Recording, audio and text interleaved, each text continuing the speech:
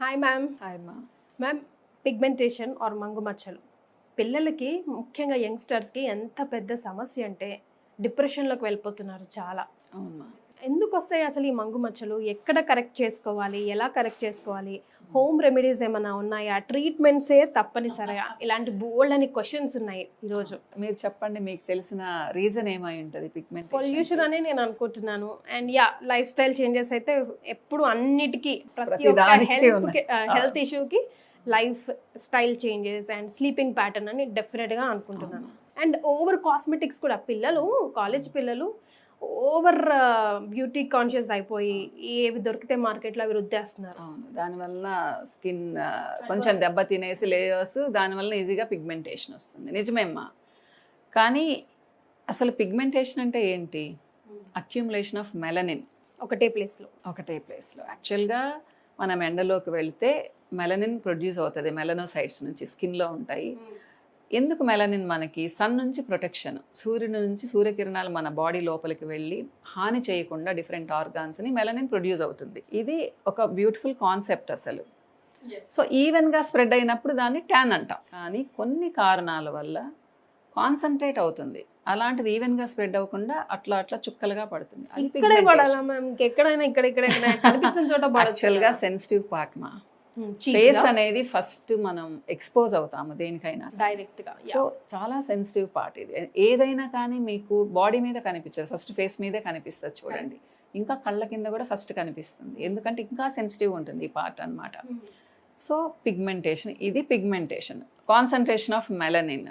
దీనికి చాలా కారణాలు, మీరు కొన్ని కారణాలు చెప్పారు, నేను ఇంకొన్ని కారణాలు చెప్తాను. ఏజ్ అనేది ఒక కారణం, బరువు అనేది ఒక కారణం, హార్మోనల్ ఇంబ్యాలెన్స్ అనేది ఒక కారణం, ఎప్పుడు ఎండలో తిరగడం అనేది ఒక కారణం, స్ట్రెస్ ఒక కారణం, టెన్షన్ ఒక కారణం, సరిగ్గా నిద్ర లేకపోవడం ఒక కారణం, ఎక్కువ కాఫీ టీలు తీసుకోవడం ఒక కారణం, రాంగ్ డై వేసుకోవడం ఒక కారణం, పీల్స్, కెమికల్ పీల్స్ లాంటివి ఎక్కువ తీసుకోవడం ఒక కారణం, లేజర్స్ తీసుకోవడం ఒక కారణం, మీరు అన్నారే స్కిన్కి ఏవేవో చేయించుకుంటారు, క్రీమ్స్ వాడతారు, ఇవి ఒక కారణం, రాంగ్ కాస్మెటిక్స్. హెయిర్ డాండ్రఫ్ కూడా వన్ ఆఫ్ ది రీజన్స్ అంటారు మ్యామ్. అది పింపుల్స్ అమ్మా. హెయిర్ డాండ్రఫ్ వల్ల పింపుల్స్ వస్తాయి, కానీ కాకపోతే పిగ్మెంటేషన్ రాదు. ఇలా చెప్పుకుంటూ పోతే చాలా కారణాలు. ప్యూబర్టీ స్టేజ్లో వస్తుంది, ఇప్పుడు మెనోపాజ్ స్టేజ్లో వస్తుంది, ఇలా అన్నమాట.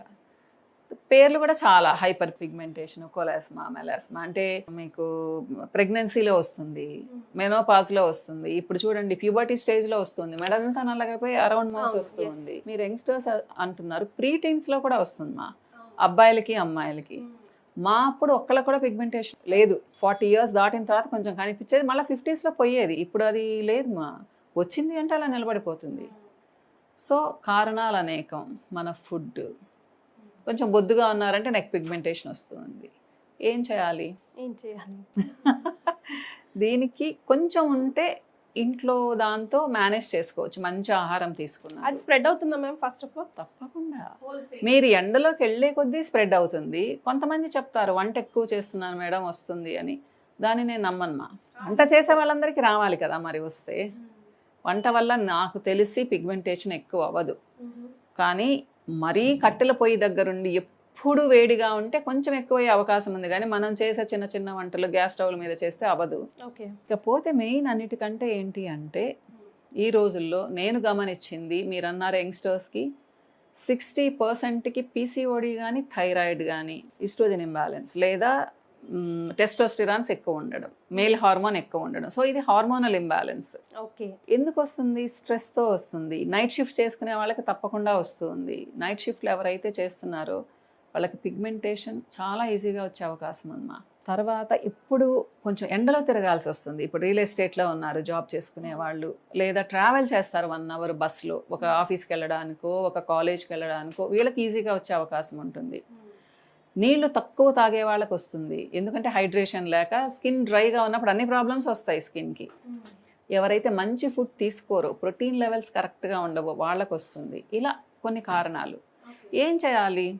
వీటిల్ని పోగొట్టుకోవాలి. ఎలా అంటే వాటర్ బాగా తాగాలి, బ్యాలెన్స్డ్ డైట్ అంటే మీ ఆహారంలో ప్రోటీన్స్ బాగుండాలి, అంతో ఇంతో ఫ్యాట్స్ ఉండాలి, ఫైబర్ ఉండాలి, కాన్స్టిపేషన్ ఉండకూడదు అసలు. ఏదైనా హార్మోనల్ ఇంబ్యాలెన్స్ ఉంటే దాన్ని రెక్టిఫై చేసుకోవాలి. ఇప్పుడు మీరు మంచి ట్రీట్మెంట్ తీసుకున్నారు, నాకు థైరాయిడ్ ఉందమ్మా, దాదాపు 10-11 ఇయర్స్ నుంచి ఉంది. ఓకే. నేను కేర్ తీసుకోలేదు, ఎవరికి చూపించుకోలేదు. నాకు థైరాయిడ్ 15కి 20కి TSH లెవెల్స్ వెళ్ళిపోయాయి. నేను బోలైన ట్రీట్మెంట్స్ తీసుకుంటున్నాను, డాక్టర్స్ చుట్టూ తిరుగుతున్నాను, నాకు పిగ్మెంటేషన్ తగ్గదు, అలానే ఉంటుంది. కానీ నేను ఎప్పుడైతే థైరాయిడ్ని కంట్రోల్లో పెట్టుకున్నాను, నాకు 5.5 లోపల ఉంది థైరాయిడ్, ఇమీడియట్గా రియాక్ట్ అవుతుంది నా స్కిన్. నేనేం వాడినా కానీ తగ్గుతూ ఉంటుంది. ఇది చాలామంది విషయాల్లో జరుగుతుందమ్మా. మీరు అనొచ్చు మరి స్టూడెంట్స్కి ఉండదు కదా అంటే, 4-5 ఇయర్స్ పిల్లలకు కూడా థైరాయిడ్ పుట్టిన పిల్లలకే వస్తుంది మ్యామ్. PCOD అనేది మెచ్యూర్ అయిన దగ్గర నుంచి కనిపిస్తూ ఉంది. ఇది చెక్ చేసుకోవాలి అమ్మా ఫస్ట్. తర్వాత ఎండలో వీలైనంత తక్కువ ఉండాలి. మీరు అనొచ్చు మరి డి విటమిన్ కావాలి అంటే ఎండలో ఉండాలి కదా అదే నా మేడం నెక్స్ట్ అని క్వశ్చన్, చెప్పేసి. నా నెక్స్ట్ డౌట్ కూడా అదే మ్యామ్. ఇప్పుడు కొంతమంది వాదన ఏంటంటే, ఇప్పుడు మనం సన్ స్క్రీన్ తో ప్రొటెక్ట్ చేసుకుంటాం, ఇవన్నీ రాకూడదు అని చెప్పి. బట్ స్కిన్ ఎప్పుడు ఆక్సిజన్ తీసుకుంటుంది, రావాల్సిన విటమిన్ డి కానీ ఎప్పుడు ఇస్తుంది? మీరు it's largest part of the body కదా, ఆర్గన్ ఆఫ్ ది బాడీ కదా, అంత సన్ స్క్రీన్లు అవి పోసేస్తే how will screen easily breeze అంటున్నారు. అదొక మళ్ళీ క్వశ్చన్ మార్క్. పెట్టుకోవాలా పెట్టుకోకూడదా? యాక్చువల్గా చెప్పాలి అంటే ఎవరైతే మిట్ట మధ్యాహ్నం ఎండలో ఉంటారో వాళ్ళకి పిగ్మెంటేషన్ తగ్గదు. కానీ డాక్టర్స్ ఏం చెప్తారమ్మా, మిట్ట మధ్యాహ్నం ఎండలో కనీసం అరగంట ఉండమంటున్నారు. డాక్టర్స్ ఎవరైనా ఉంటున్నారా? వాళ్ళకి తెలుసు ఏం నష్టం జరుగుతుందో అనేసి.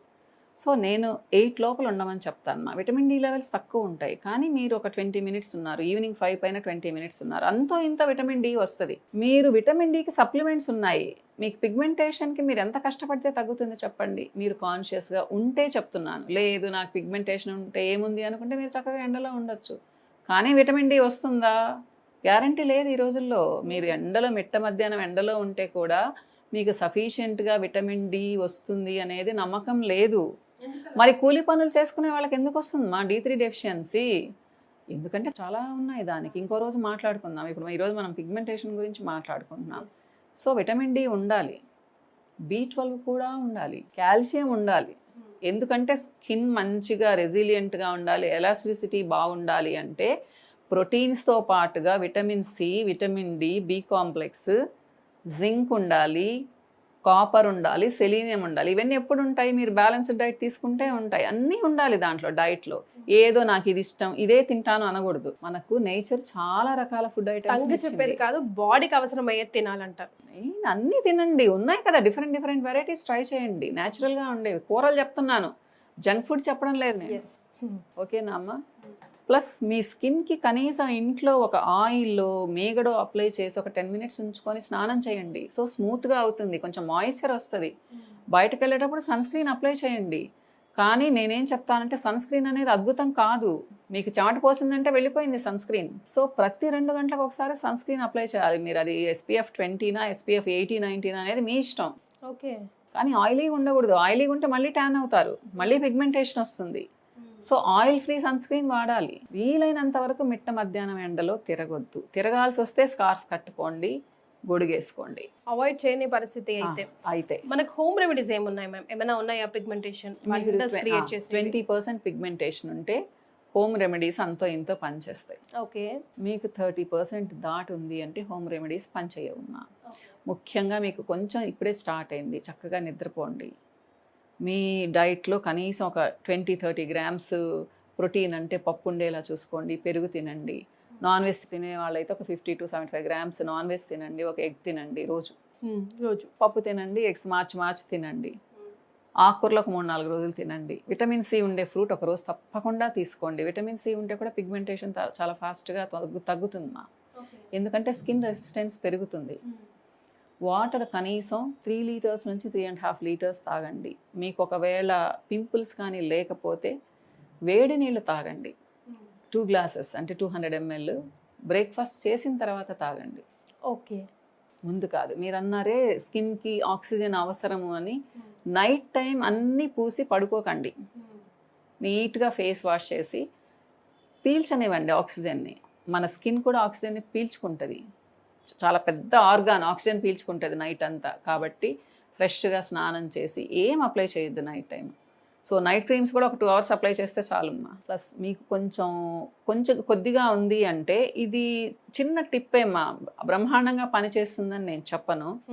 సో పొటాటో ఉంటుంది కదా, పొటాటో స్లైసెస్ చేసి జ్యూస్ తీయమనండి, దాంట్లో 2 చుక్కల నిమ్మరసం వేసి 1 స్పూన్ తేనె వేసుకోమనండి. దాని లిక్విడ్ లాగా వస్తుంది కదా, కాటన్ తీసి నీట్గా రబ్ చేయమనండి మా సర్క్యులర్ మోషన్లో. ఈ మూమెంట్లో 5 to 10 minutes మాత్రమే ఉంచుకోవాలి. ఎక్కువ ఉంటే డ్రై అయిపోతుంది. తేనె వేస్తున్నారు కాబట్టి అంత డ్రై అవ్వదు.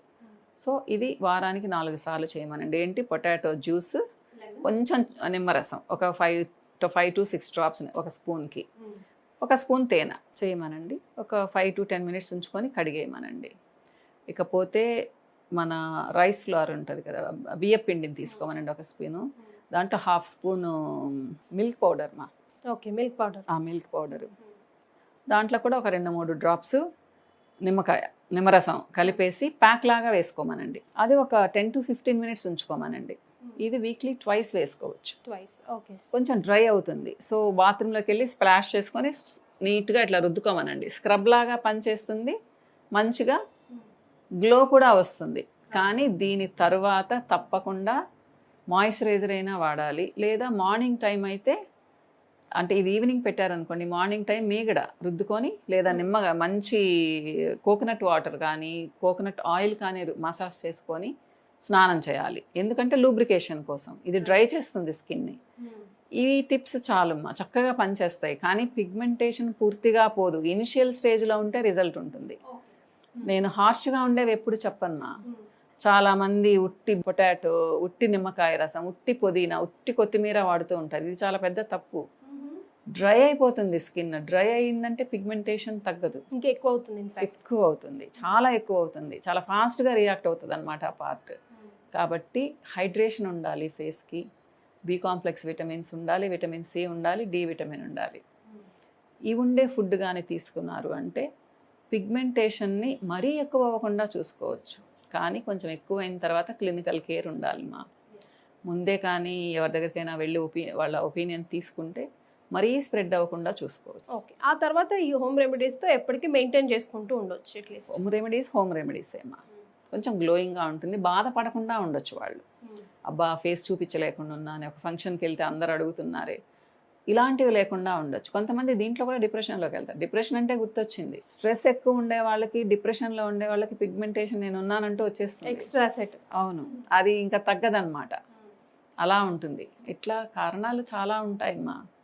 అందుకని ఒక్కసారి కలవమని చెప్తాను కీర్తి. నేను ఎప్పుడైనా ఏదైనా ఉన్నప్పుడు ఒకసారి కలిస్తే వాళ్ళ స్టేటస్ ఏంటి, ఫిజికల్ అండ్ మెంటల్ స్టేటస్ ఏంటి, దాన్ని బట్టి మనం చెప్పొచ్చు అనమాట. సో బెస్ట్ హ్యాండ్స్లో పడాలి ఫస్ట్. ముందు డిప్రెషన్లోకి వెళ్ళకుండా సమస్య ఎక్కడుంది వెతుక్కొని ఆన్సర్ చేస్తే మీలాంటి వాళ్ళ చేతుల్లో పడితే బెస్ట్ రిజల్ట్స్ వస్తాయి. చాలా మంది ఉన్నారు మా చిన్న చిన్న విషయాలకి డిప్రెషన్లోకి వెళ్ళాల్సిన అవసరం లేదు అంటాను. ఒకప్పుడు ఇంత పిగ్మెంటేషన్ లేదే, ఇప్పుడు ఎందుకు వస్తుందమ్మా? ఇప్పుడు మా జనరేషన్ వాళ్ళకి ఎంతమందికి ఉంటుంది చెప్పండి. నాకు థైరాయిడ్ ఉంది, నేను కంట్రోల్లో పెట్టుకుంటాను. మీరు అనొచ్చు మీ చేతుల్లో ఉంది మేడం, కంట్రోల్లో పెట్టుకుంటారు అని. నేను అలానే సజెషన్ ఇస్తాను వేరే వాళ్ళకు కూడా. ట్రీట్మెంట్ అంటే ఎప్పుడు నా దగ్గరకు వచ్చి ఫేషియల్స్ చేయించుకోండి అని చెప్పను నేను. ఇంట్లో ఇలా డైట్ తీసుకోండి, ఈ ప్రోడక్ట్స్ వాడండి. అసలు ఏం వాడకుండా ఉంటే ఎలా తగ్గుతుంది కదా ఏదైనా కానీ. సో ఏదైనా ముందు ట్రై చేయాలి కదా రిజల్ట్ కావడానికి. ఇంట్రెస్ట్ ఉండాలి మా, దాన్ని పోగొట్టుకోవాలని ఇంట్రెస్ట్ ఉండాలి, బాధపడకూడదు. ఇప్పుడు ఒక ఫంక్షన్కి వెళ్తే వెళ్ళలేకపోతున్నానని బాధపడుతున్నారు. సో మీరు దాన్ని పోగొట్టుకొని చక్కగా కలవండి అందరితో. లేదా ఏంటి పిగ్మెంటేషన్ ఉంటే ఏమైంది, అది పోతుంది అని చెప్పండి. అది చెప్పగలిగే ధైర్యం ఉండాలి. అలాంటప్పుడు బాధపడాల్సిన అవసరమే లేదు కదా. Thank you so much for joining ma'am. Suman టీవీలో మీ పర్సనల్ అండ్ బిజినెస్ ప్రమోషన్స్ కోసం కింది నెంబర్కి కాంటాక్ట్ చేయండి.